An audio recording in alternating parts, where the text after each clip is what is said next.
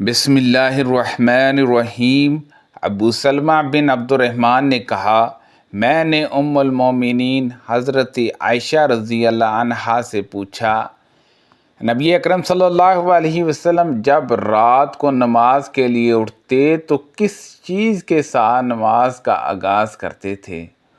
انہوں نے جواب دیا، جب آپ رات کو اٹھتے تو نماز کا آغاز اس دعا سے کرتے، اے اللہ، جبرائیل، میکائیل اور اسرافیل کے رب، آسمانوں اور زمین کو پیدا کرنے والے، پوشیدہ اور ظاہر کو جاننے والے، تیرے بندے جن باتوں میں اختلاف کرتے تھے تو ہی ان کے درمیان فیصلہ فرمائے گا۔ جن باتوں میں اختلاف کیا گیا تو ہی اپنے حکم سے مجھے ان میں سے جو حق ہے اس پر چلا۔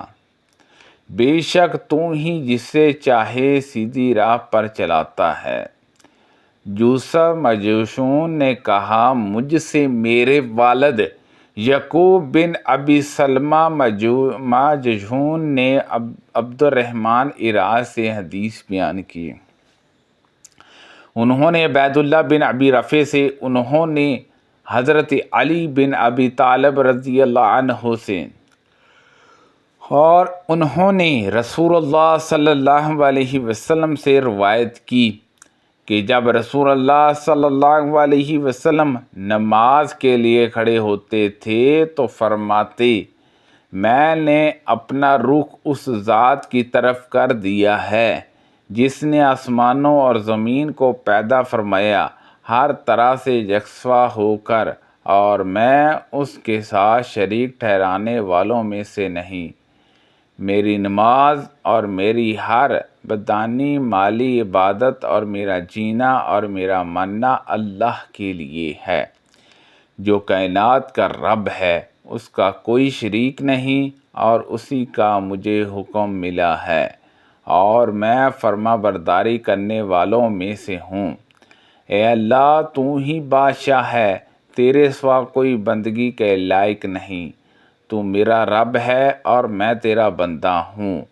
میں نے اپنے اوپر ظلم کیا ہے اور اپنے گناہ کا اعتراف کیا ہے، اسی لیے میرے سارے گناہ بخش دے، کیونکہ گناہوں کو بخشنے والا تیرے سوا کوئی نہیں، اور میری بہترین اخلاق کی طرف رہنمائی فرما۔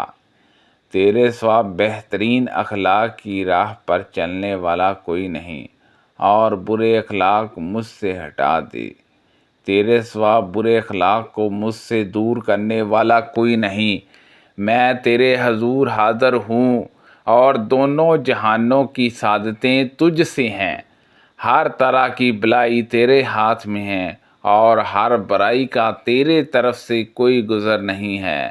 میں تیرے ہی سہارے ہوں، اور تیرے ہی طرف میرا رخ ہے۔ تو برکت والا اور رفعت و بلندی والا ہے۔ میں تجھ سے بخشش مانگتا ہوں اور تیرے حضور توبہ کرتا ہوں۔ اور جب آپ رکوع کرتے تو فرماتے، اے اللہ، میں تیرے سامنے جھکا ہوا ہوں، اور میں تجھ ہی پر ایمان لایا ہوں، اپنے آپ کو تیرے ہی سپرد کر دیا ہے۔ میرے کان اور میری آنکھیں اور میرا مغز اور میری ہڈیاں اور میری رگیں اور میرے پٹھے تیرے ہی حضور جھکے ہوئے ہیں۔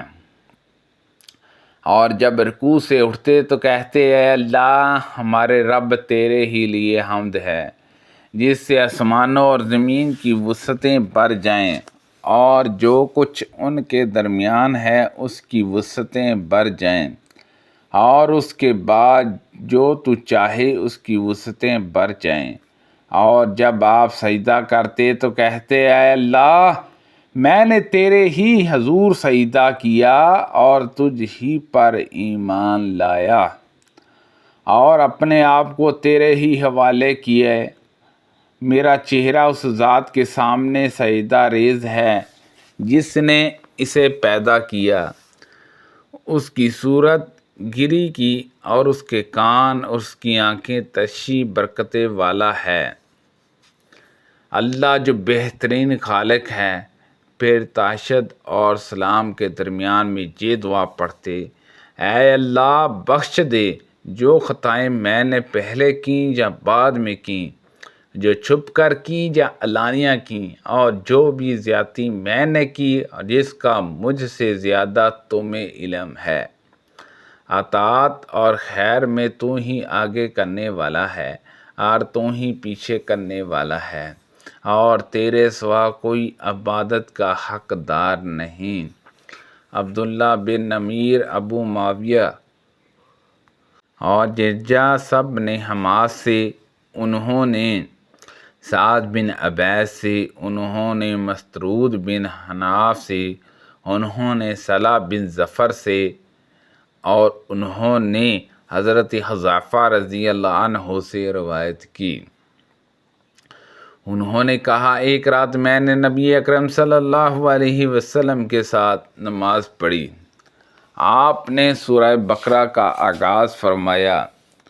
میں نے دل میں کہا آپ 100 آیتیں پڑھ کر رکوع فرمائیں گے، مگر آپ آگے بڑھ گئے۔ میں نے کہا آپ اسے پوری رکعت میں پڑھیں گے، آپ آگے بڑھتے گئے۔ میں نے سوچا اسے پڑھ کر رکوع کریں گے، مگر آپ نے سورہ نساء شروع کر دی، آپ نے وہ پوری پڑھی، پھر آل عمران شروع کر دی، اس کو پورا پڑھا۔ آپ ٹھہر ٹھہر کر قرات فرماتے رہے۔ جب ایسی آیت سے گزرتے جس میں تسبیح ہے تو سبحان اللہ کہتے، اور جب سوال کرنے والی آیت سے گزرتے پڑھتے تو سوال کرتے، اور جب پناہ مانگنے والی آیت سے گزرتے تو اللہ سے پناہ مانگتے۔ پھر آپ نے رکوع فرمایا اور سبحان ربی العظیم کہنے لگے۔ آپ کا رکوع تقریباً آپ کے قیام جتنا تھا۔ پھر آپ نے سمیع اللہ لمن حمدہ کہا، پھر آپ لمبی دیر کھڑے رہے، تقریباً اتنی دیر جتنا آپ نے رکوع کیا تھا۔ پھر سجدہ کیا اور سبحان ربی الاعلی کہنے لگے، اور آپ کا سجدہ بھی آپ کے قیام کے قریب تھا۔ ذرا کی روایت میں یہ اضافہ ہے کہ آپ نے کہا سمیع اللہ لمن حمدہ ربنا لک الحمد، یعنی ربنا لک الحمد کا اضافہ ہے۔ ذرا نے عماد سے اور انہوں نے ابو وال سے روایت کی، انہوں نے کہا حضرت عبداللہ بن مسعود رضی اللہ عنہ نے کہا میں نے رسول اللہ صلی اللہ علیہ وسلم کے ساتھ نماز پڑھی۔ آپ نے اتنی لمبی نماز پڑھی کہ میں نے ایک ناپسندہ کام کا ارادہ کر لیا۔ کہا تو ان سے پوچھا گیا آپ نے کس بات کا ارادہ کیا تھا؟ انہوں نے کہا میں نے ارادہ کیا کہ بیٹھ جاؤں اور آپ کو اکیلے ہی قیام کی حالت میں چھوڑ دوں۔ سبحان اللہ عز و جل۔ اللہ پاک سے دعا ہے کہ اللہ پاک ان حدیثوں پر عمل کرنے کی توفیق عطا فرمائے۔ کو پڑھنے میں غلطی کوتاہی ہو گئی ہو اللہ پاک معاف فرمائے۔ آمین بجاہ النبی الامین صلی اللہ علیہ وسلم۔